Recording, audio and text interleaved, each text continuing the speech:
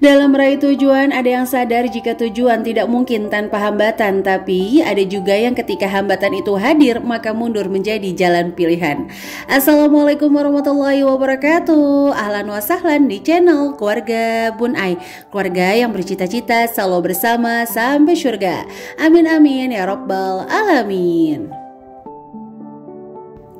Mengatur uang tuh emang mudah gampang ya. Jadi gak ada susahnya. Harus ngomong gitu dulu. Seenggaknya kita nyenengin diri sendiri bahwa kita tuh bisa ngatur uang, bukan kita diatur uang. Bedanya apa sih? Kalau kita diatur uang tuh kayak kita gak betah aja megang uang. Pengennya kayak dibelanjain, pengennya kayak dijajanin. Nah sementara kalau emang uangnya cuma pas-pasan untuk kebutuhan, kita harus ikhlas terima keadaan teman-teman. Jangan sampai nih keinginan kita menabung itu membuat kita malah kurang bersyukur. Oke, masuk di hari kedua ya, di bulan Agustus. Masya Allah, tabarakallah, di bulan kemerdekaan. Mudah-mudahan di bulan ini juga merdeka kita dari kebablasan. Nah teman-teman, siapa yang mau merdeka dari kebablasan? Boleh ya tulis-tulis di kolom komentar. Nah, rasa-rasanya tuh agak sulit kita ngatur uang kalau kita sendiri nggak tahu kita di tipe yang mana. Karena balik lagi, beda orang, beda cara untuk mengatur uang. Karena nggak bisa dipungkirin ya kan, beda cara, beda lingkungan, beda cara didik, itu akan beda banget cara orang-orang tuh untuk mengatur uangnya sendiri. Ada yang emang terbiasa hidup dengan pola didik, yang penting ada, habiskan, kalau kurang tinggal minjem, ada. Ada yang memang diajarkan sama orang tuanya kalau mau apa-apa itu harus nabung dulu. Ada yang mungkin diajarkan sama orang tuanya tuh harus hemat, malah meninggalkan trauma mendalam gitu ya. Kok kayaknya dulu aku susah banget mau makan ayam aja harus dibelah dua. Jadi muncul trauma mendalam sehingga sekarang tuh malah kayak boros untuk ngobatin trauma masa lalunya. Nah kalau saran Bun Ai adalah jangan pernah kita meminta masa depan, meminta orang lain untuk mengobati masa lalu kita dalam trauma ya teman-teman. Kenapa Bunda selalu bilang ayolah berdamai dengan masa lalu, karena apapun yang terjadi masa lalu itu nggak bisa diulang, hanya bisa diperbaiki. Jadi jangan sampai kesempatan memperbaiki ini kita sia-siakan. Aduh, oke lah udah ceramah di 2 menit awal ya. Langsung aja kita masuk ke poin yang pertama. Tipe orang mengatur uang adalah si penabung ulung. Hello. Yang selalu memiliki tantangan menabung yang banyak, yang selalu memiliki sinking fund, yang selalu interest dengan hal-hal yang berbau nabung, tabungan jangka pendek, baik nabung emas, deposito. Di manakah kamu? Boleh ya tulis-tulis di kolom komentar. Oke, jadi pada tipe ini dia mengutamakan menabung di awal. Jadi ada 2 ya, menabung sesuai yang dia mampu. Ada juga yang menabung dimampukan. Jadi dia sengaja nabungnya dibanyakin. Kalau ternyata nanti di tengah-tengah dia kurang, dia bakal kayak ngatur strategi. Aku ngapain lagi nih? Aku harus nggak boleh ngambil tabungan aku harus cari tambahan. Biasanya kayak gitu. Ada yang orang emang senang nabung tapi sesuai kemampuannya aja. Pokoknya gaji 10 juta aku nabung dulu deh 5 juta. Yang 5 juta aku kelola. Nah, ada orang yang menabungnya itu dipaksakan. Gaji aku 5 juta tapi aku nabungnya 3 juta. Yang 2 juta aku pakai untuk kebutuhan. Kalau nanti ada pengeluaran tak terduga, dia kayak langsung semangat untuk cari tambahan. Nah jujur Bun Ai tipe yang kedua. Jadi Bun Ai itu dari dulu nikah sama Pak suami, kalau ada pengeluaran itu usahain jangan ngomong dadakan.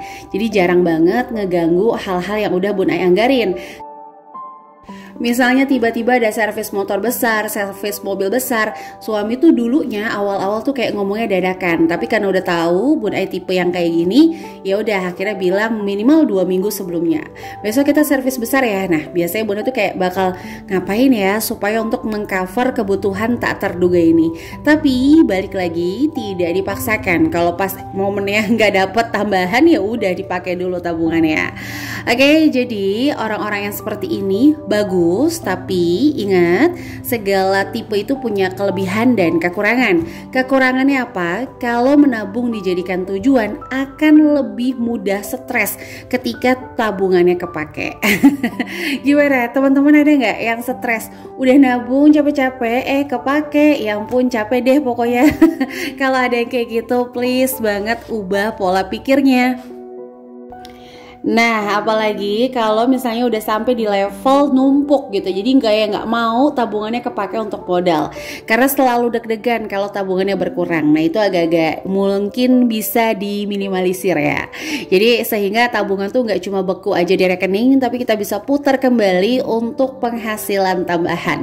Tapi balik lagi, sesuaikan aja sama kemampuan. Khawatir ya, itu malah menyebabkan resiko terus stres deh. Jangan ya.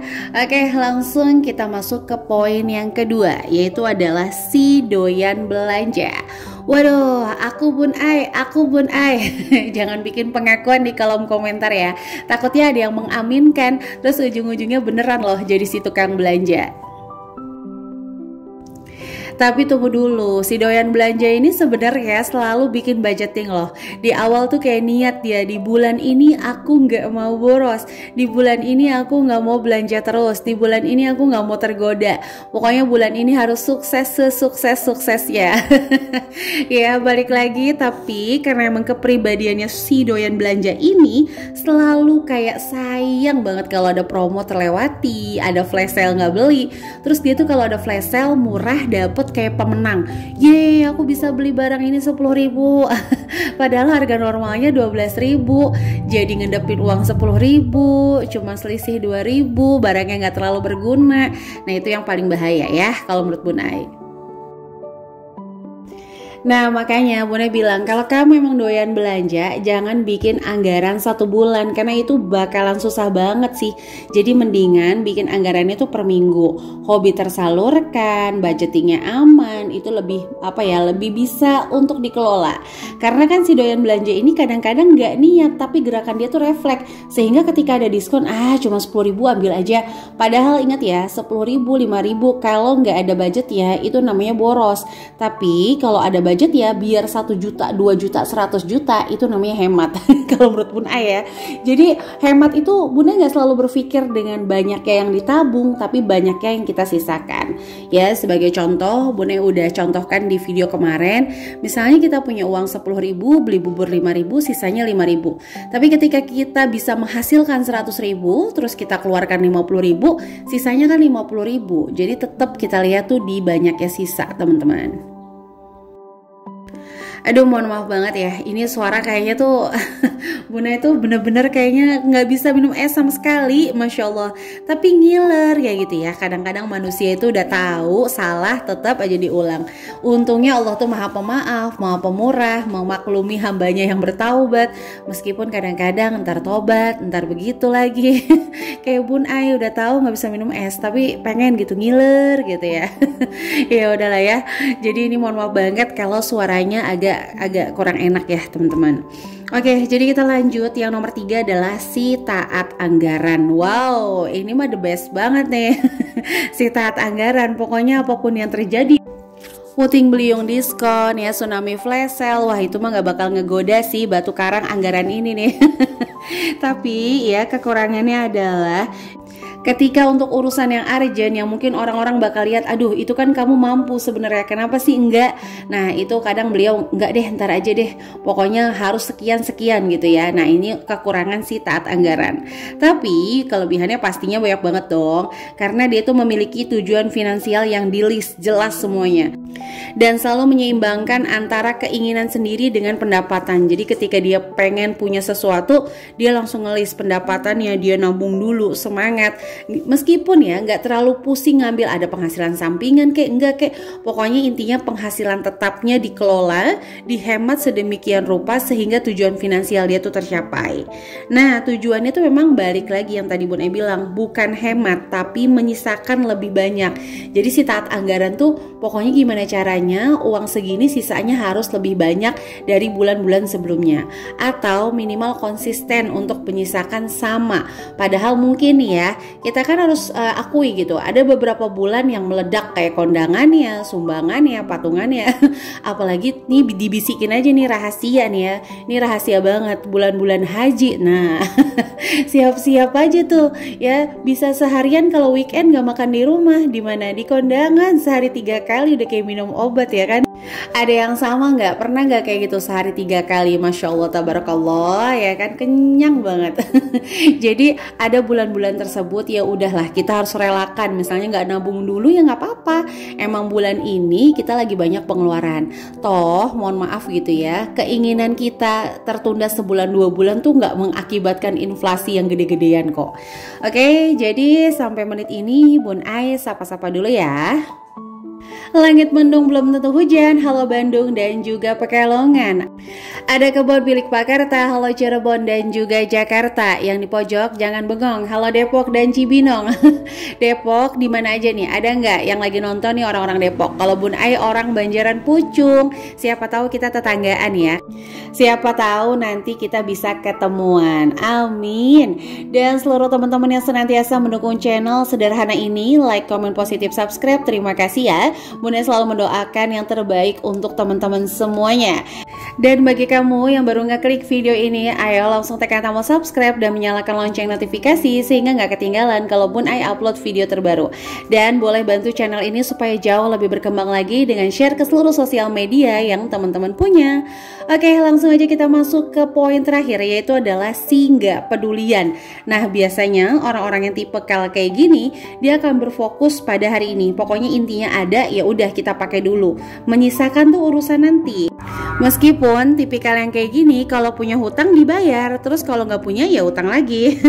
Kemana-mana ya udah jalan aja, yang penting hatiku senang, selalu happy, nggak mikir banyak hal. Nah, kekurangannya dia itu kayak nggak punya aset teman-teman, karena nggak fokus sama aset yang dia beli, nggak ada pemikirannya, beli aja. Pas lagi butuh dijual rugi juga nggak apa-apa. Yang penting ya nggak mau banyak beban hidupnya. Ingat ya, hidup boleh kok seperti air mengalir, tapi aliran air yang gak diarahkan aja tuh bisa jadi musibah loh. Makanya ada pipa paralon, ada keran untuk menyumbat air keluar terus menerus, ada yang air untuk diarahkan kemana perginya. Jadi teman-teman yang punya pikiran ya udah jalani hidup seperti air, selalu ingat air itu juga punya arahan. Kemana dia dari hulu ke hilir gitu, bener gak sih? Udah gagal lupa, apalagi Bun Ai, aduh, ilmu IPS, IPA-nya Masya Allah, Tabarakallah, itu bener-bener kayak nilainya minus ya.